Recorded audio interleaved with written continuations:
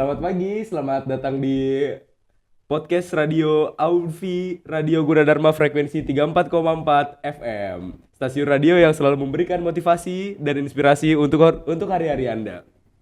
Saya Hector Nurudin Pramana akan menemani kalian selama 30 menit ke depan. Dan topik yang hari ini kita akan bahas yaitu membangun tim unggulan bersama Coach Valda.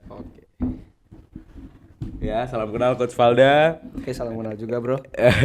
Gimana keseharian Coach Valda biasanya ngapain aja nih? Coba boleh diceritain sama Kalau pemirsa. gua setiap hari sih gua ngelatih. Ngelatih. Hampir ketemu lapangan basket setiap hari gua. Oh gitu. Nah biasanya ngelatih di mana? Coba bisa diceritain. Ngelatih ada di SD gua di Al Fauzin Depok. SMP gua juga di Darul Abidin Beji.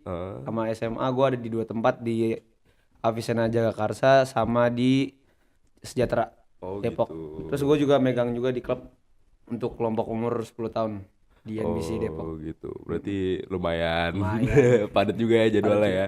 Nah tapi kalau buat Coach Valda kesehariannya emang fokus ngajar aja kah atau emang ada kegiatan sampingan kayak kuliah atau segala macem enggak ya? Gua masih kuliah sih gua. Oh, masih Kebetulan kuliah. Gua Kuliah di sekarang mana? di kuliah di Bogor, Universitas Pakuan. Gua sekarang semester 6 gua.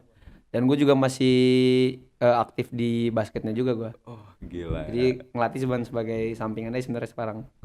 Lumayan padat juga ya jadwalnya hari-hari ya. Lumayan. Jadi kita harus atur waktu sebijaksana mungkin kan. Oke, nah jadi sesuai dengan topik pada hari ini kita akan membahas tentang gimana caranya Coach Valda itu membangun tim unggulan dari tim basket yang sejauh ini Coach Valda latih gitu loh. Nah jadi saya ini kan lumayan kurang berpengalaman nih soal dunia basket lah. Nah jadi siapa tahu pemirsa Aufi Radio Gunadarma ini bisa belajar dari Coach Valda gimana caranya membangun tim basket tuh yang bisa bisa maju lah gitu loh. Terus habis itu juga buat siapa tahu yang pemain-pemain basket yang nonton video ini kan bisa ya seenggaknya belajar lah dari Coach Valda biar tahu gitu loh gimana yang mungkin mereka belum tahu jadi makin tahu gitu. Betul.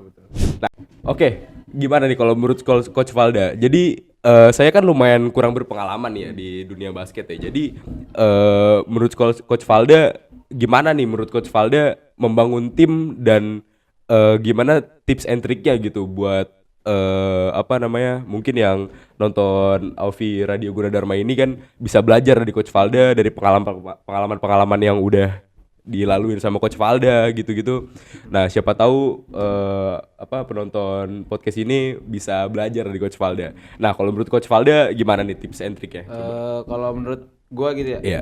Gua tuh punya visi kalau Yeah. make a winning team by a winning player gitu. Jadi gua merhatiin pemain satu pemain dulu, kayak kalau setiap pemain gue punya individu yang bagus, itu bakal nyiptain tim yang bagus. Menurut gue sih kayak gitu tuh.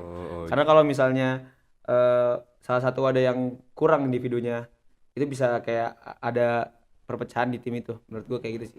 Jadi Coach Valda nih ngebangun lebih ke timnya dulu nih. Individunya dulu. Baru ntar kalau individunya udah bagus, ntar pasti secara timnya juga bakal mengikuti. Oh, jadi dibangun dulu nih individunya, dasar-dasarnya. Ntar kalau misalkan udah kebangun, baru ntar tuh dia bakal secara secara nggak lama juga paling dia bakal kebangun juga. Iya betul. Itu akan mengikuti dia. Bakal mengikuti juga ya. Nah terus kita lanjut ke pertanyaan berikutnya. Gimana cara Coach Valda menjaga semangat dan motivasi tim agar tetap tinggi terutama di tengah jadwal latihan yang padat? Nah itu tuh biasanya kan pemain tuh bakal jenuh kan. Iya. Apalagi dengan kayak ketemu lapangan setiap hari gitu. Iya pasti. Kayak ya bikin mereka seneng lah. Terus jangan lupain kalau kita punya tujuan. Itu yang bikin mereka makin semangat gitu. Kayak misalnya kalian tuh tim abis kalah. Iya. Kalian pasti punya tujuan buat jadi juara. Berarti Iya, kalian iya. harus latihan gitu kan.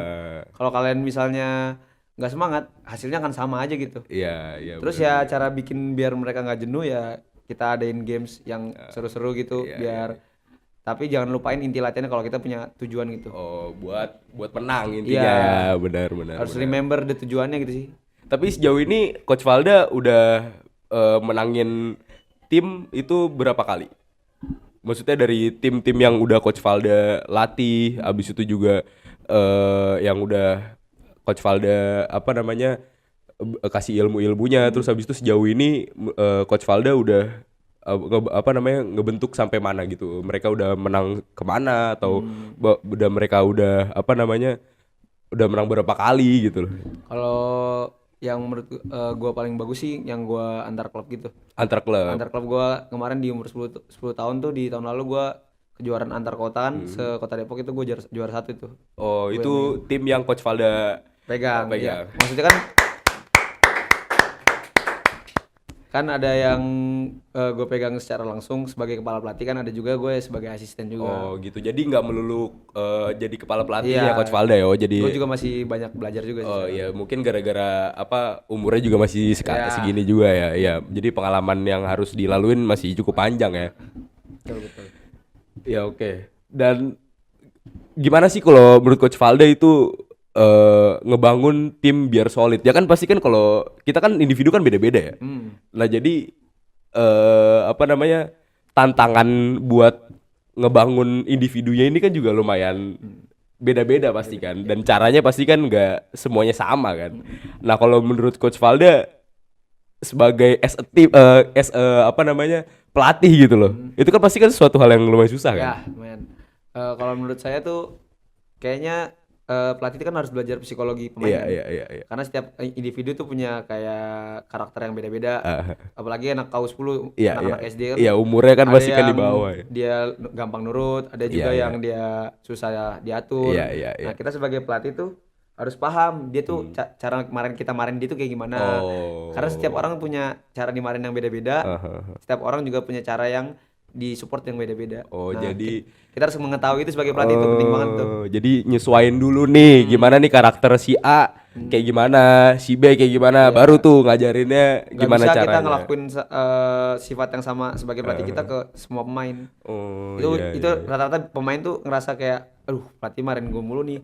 Ada juga satu orang yang ngerasa ih gue seneng nih dimarahin gini. Nah kita tuh sebagai pelatih harus tahu Karakternya dia tuh iya, kayak gimana. karakter dia kayak gimana dulu. Nah, jadi dia bisa nerima dan Iya. ilmu yang lu kasih juga Iya. bisa masuk lah di dia Makanya gitu cara kan. kita mengetahui karakter dia, kita ajak dia makan bareng, ngumpul setelah latihan. Dari situ ketahuan ini orangnya gampang diajak bercanda atau orangnya terlalu serius. Oh gitu ya, kalau Iya. apa namanya kalau habis latihan tuh biasanya Iya, ada makan bareng kayak gitu. makan segala bareng macam. kalau misalnya SMA. Kalau misalnya yang umur 10 tahun mah ya udah pas lagi istirahat kita ajak ngobrol. Oh. Ini anak orangnya kalau diajak ngobrol tuh nanggepin atau enggak. Terus lebih kayak dia tuh diajak bercanda tuh dia nerima apa enggak itu. Tadi ada yang SMA, ada yang SD juga yang 10 tahun SD itu sama ya. SMP juga ada. SD, SMP, SMA berarti ngajar ya. Nah, itu pasti kan ya tadi saya dibilang juga pasti kan diajarnya beda-beda ya segala macam ya. Nah, itu pasti lumayan beban juga ya buat Oh, Coach iya. Valda ya pasti. Kalau yang paling susah sih sebenarnya SMP. SMP Menurut ya, saya Bang? paling susah sih selama ini SMP, apalagi kalau putri kan. Oh, cewek juga ngajar? Iya cewek. Di SMP yang megang putri malah. Oh, Kalau gitu. Kalau menurut saya kalau putri ini SMP ini masih lagi labil-labilnya gitu loh. Iya, pasti Ya kan? benar-benar. Dia masih punya aturan dalam dirinya sendiri gitu yang nggak bisa kita atur gitu. Iya, benar, setuju, Kalau setuju. menurut saya malah lebih enak yang ngelatih dari umur 10 tahun. Karena dari umur 10 tahun ini kita bisa ngendalin dia gitu. Kita bisa atur dia. Karena dia masih belum tahu apa-apa. Jadi dia lebih enak gampang diaturnya. Iya, dan setahu gue juga yang umur 10 tahun itu zaman-zaman SD itu masa pembentukan tuh. Iya. Iya kan. Nah, jadi mau dimasukin apa juga gampang lah dia Iya. kan. Lumayan baru tahu ya. Nah, biasanya kalau Coach Valda itu ngajar tuh dari jam berapa sampai jam berapa? Kalau ngajar pasti ya pulang sekolah kan. Kalau Pulang weekday. sekolah. Kalau weekend pasti ada di pagi, ada di sore. Selalu ngelatih setiap hari sih. Oh, berarti Senin sampai Minggu tuh full Pasti ya jadwalnya? seminggu sehari tuh pasti ada sekali ngelatih. Oh. Kecuali kalau misalnya jadwalnya berbenturan sama jadwal kuliah atau jadwal latihan. Oh, jadi disesuaikan dulu nih. Disesuaiin, kadang-kadang ngelatih dulu terus ke Bogor latihan, atau dari Bogor kuliah pulang ke Depok buat ngelatih kayak gitu. Wah, lumayan juga ya, padat Iya. juga ya. Ya kalau mau jadi apa ya, capai cita-cita ya harus kayak gitulah. Oh gitu. Saya kebetulan dari SMA. Dari Mulai- SMA basket. Dari 2020 nggak mulai ngelatihnya. Oh, mulai ngelatihnya. Oh, udah jadi pelatih 2020. 2020. Oke, sorry. Kalau boleh ditarik ke belakang nih. Boleh. Coach Valda itu awal kenal basket itu kapan? Kalau boleh tahu. Ini agak panjang nih tapi Iya, apa ya? iya, boleh diceritain Kalau aja. mulai basket ini dari 2015. 2015 itu berarti kelas 5 6 ya? Kelas 5. Kelas 5 kan? Iya. Jadi kejadiannya lumayan cukup lucu karena Eh. awalnya kan gua bola. Eh? Di bola gua nggak nemuin passion gua. Eh?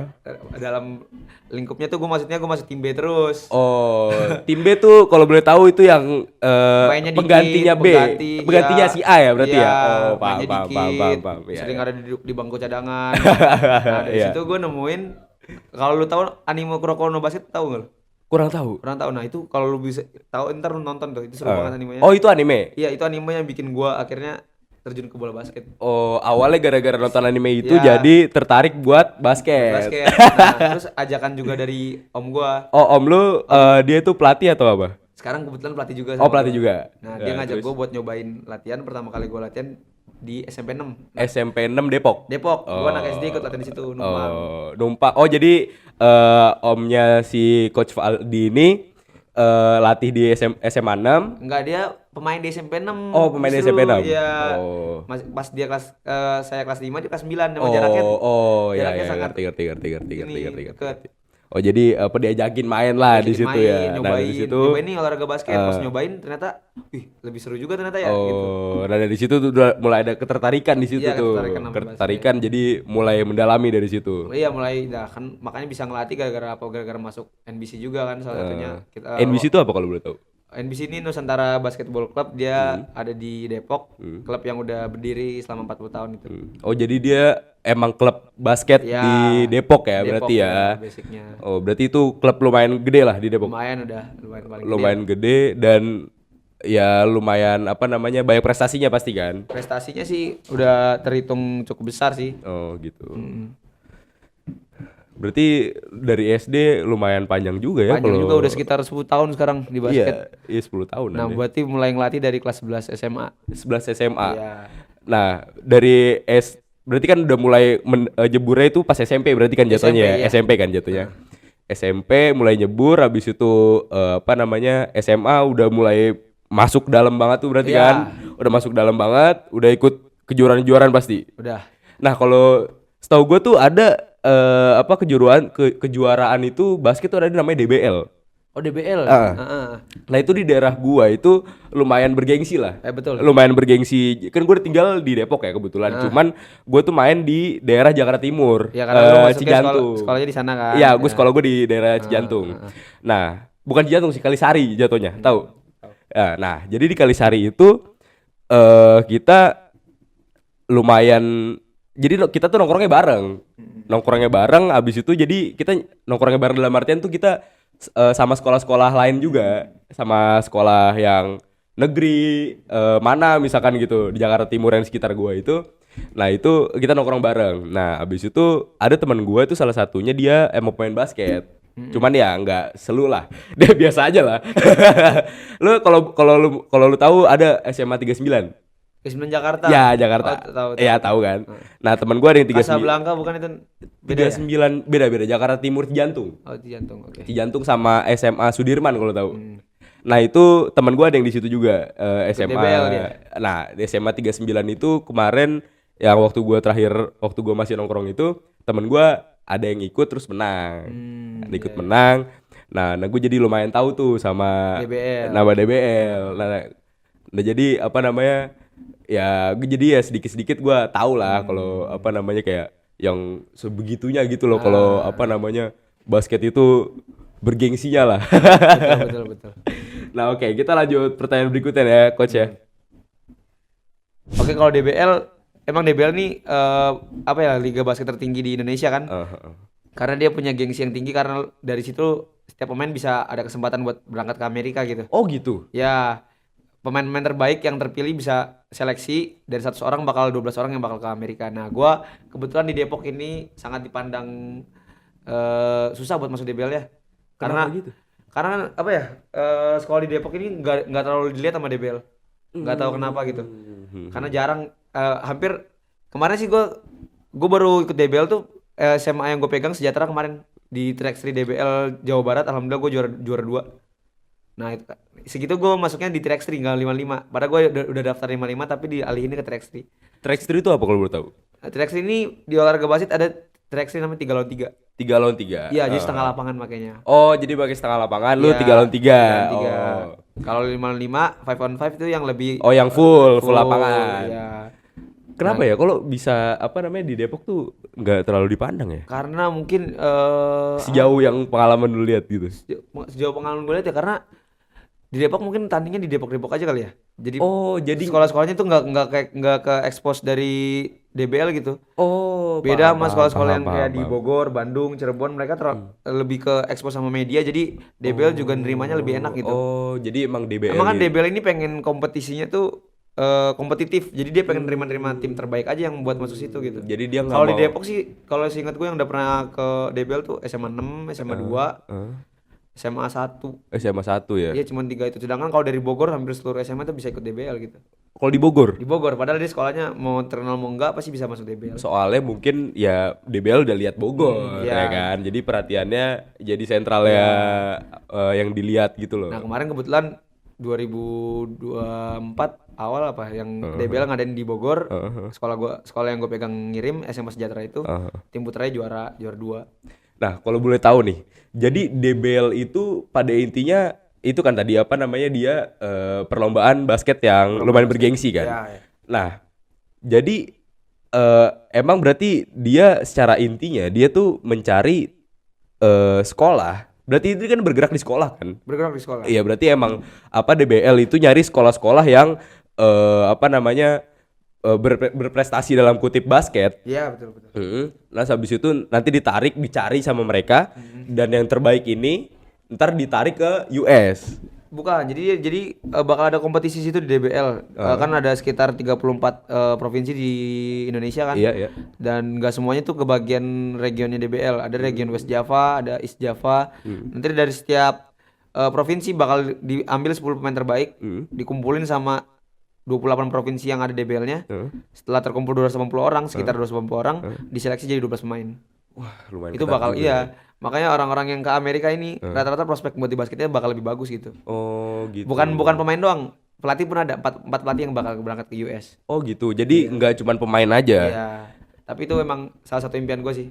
Salah satu impian lu. Kalau gue kan nggak bisa ya sebagai pemain, karena sekolah gue juga waktu angkatan gue nggak ikut ke DBL. Nah, impian gue sebagai pelatih gue pengen ke US lewat DBL. Oh, jadi walaupun lu nggak melalui jalur siswa, lu bisa melalui bisa jalur pelatih. pelatih. Iya. Nah, kalau mau jadi ke US itu ada minimum umurnya gitu atau ada maksimalnya? ada. Nggak ada ya? Cuma syaratnya satu, lu bisa ngebawa tim lu sampai level final, semifinal.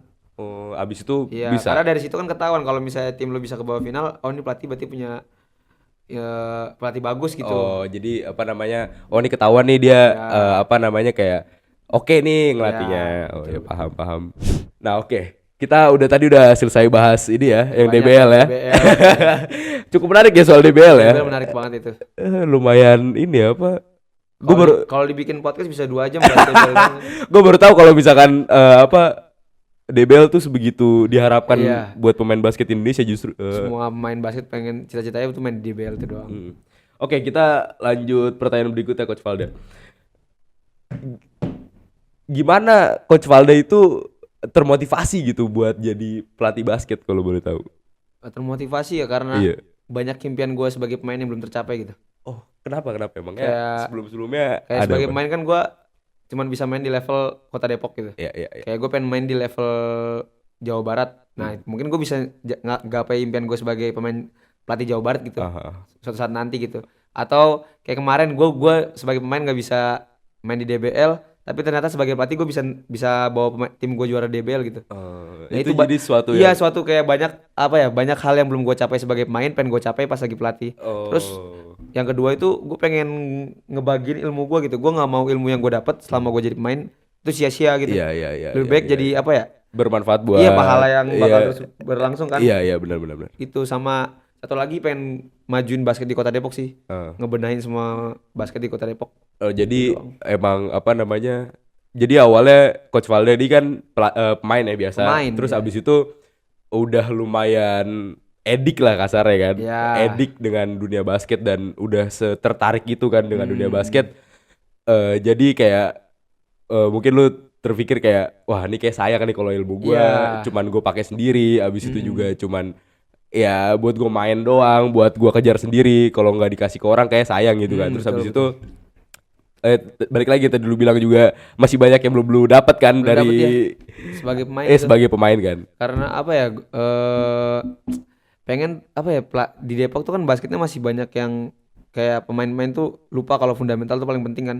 Oh gitu. Kayak sebenarnya mau jadi pemain bagus tuh bukan masalah lu menciptakan poin, tapi gerakan-gerakan dasar lu.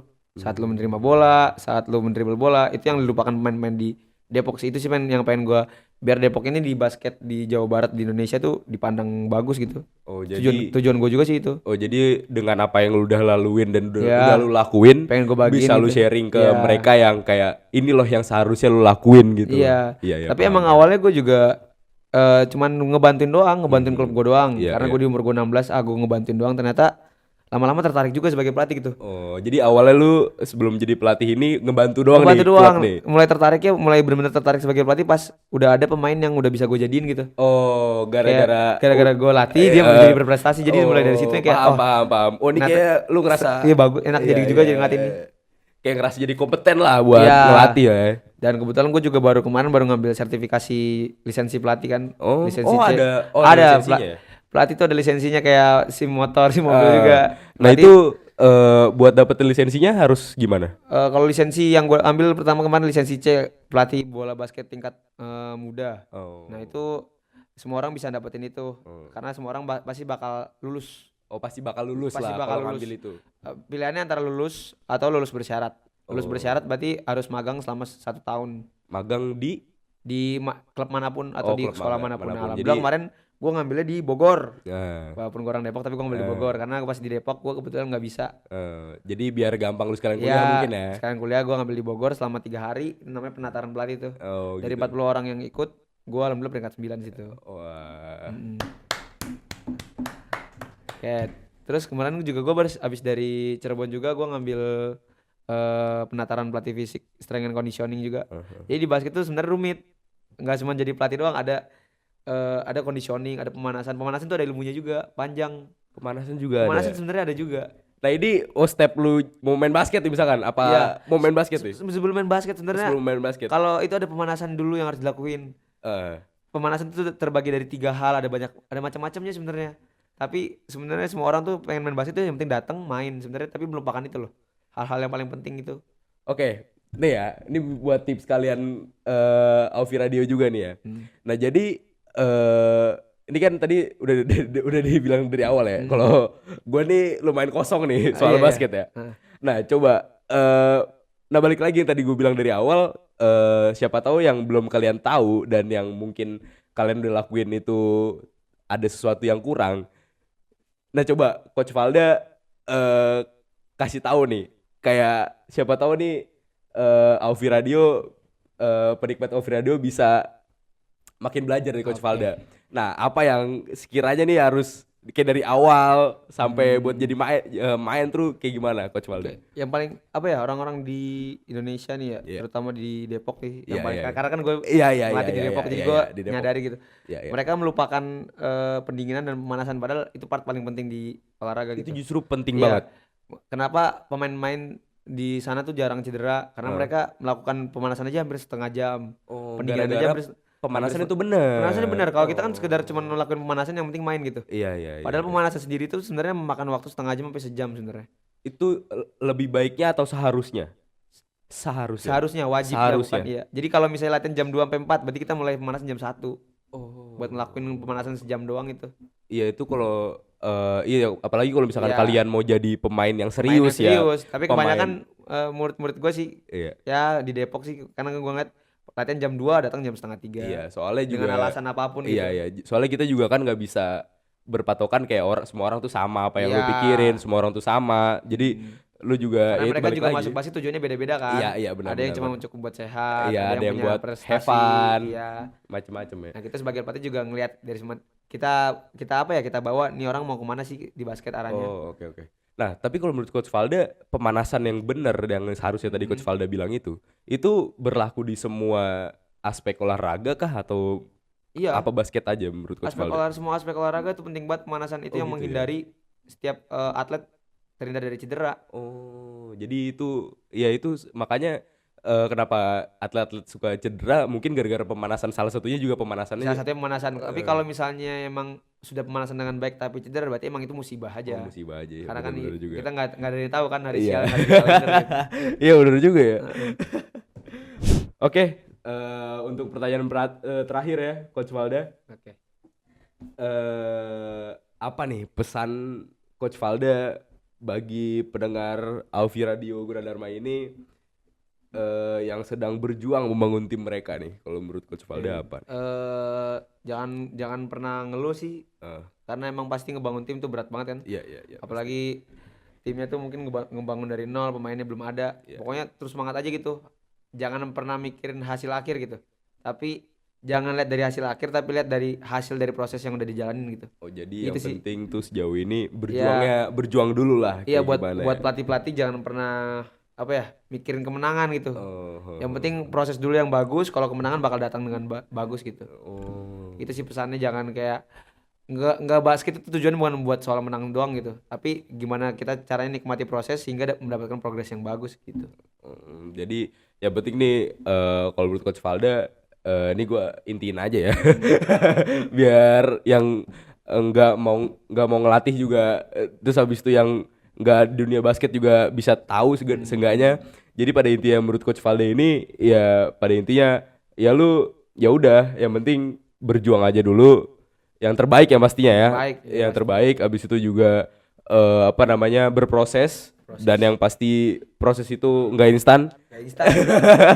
Nah jadi walaupun mungkin ngerasanya sekarang masih kayak sama aja tuh kayak gimana, ya udah yang penting berproses aja dulu, kasih yang terbaik. Yang terbaik. Karena proses itu nggak akan pernah nyati hasil. Ya gitu. betul. Pasti ada hasilnya. Pasti ada hasilnya. Jadi ya buat pendengar Alfi Radio Gunadarma begitu ya.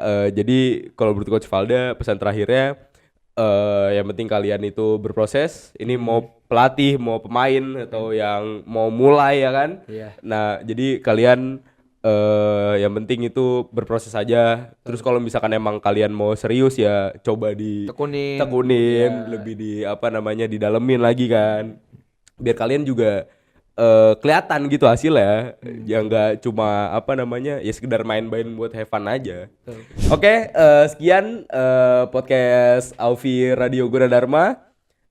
Sekian dari kami ya. Terima kasih. Terima kasih bro. Coach Valda, semoga semakin sukses, semoga selalu lancar, semoga tim yang dilatih sama Coach Valda semakin berkembang, semakin banyak kemenangan lah. Amin. Dan semoga Coach Valda bisa ke US. Amin. Sekian dari saya Hector Nurudin Pramana. Sampai jumpa. Selamat pagi.